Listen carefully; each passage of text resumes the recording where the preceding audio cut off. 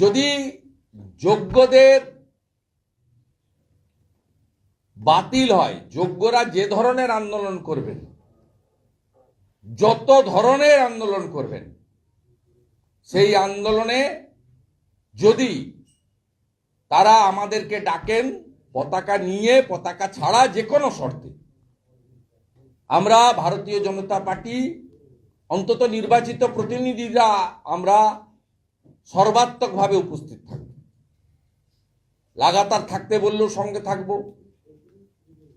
Support দেওয়ার জন্য বক্তৃতা করতে বললেও করব, সঙ্গে অবস্থান ধর্ণা ঘেরাও করলে বলবো।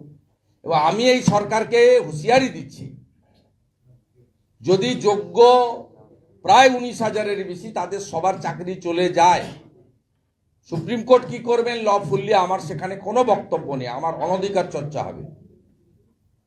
তাহলে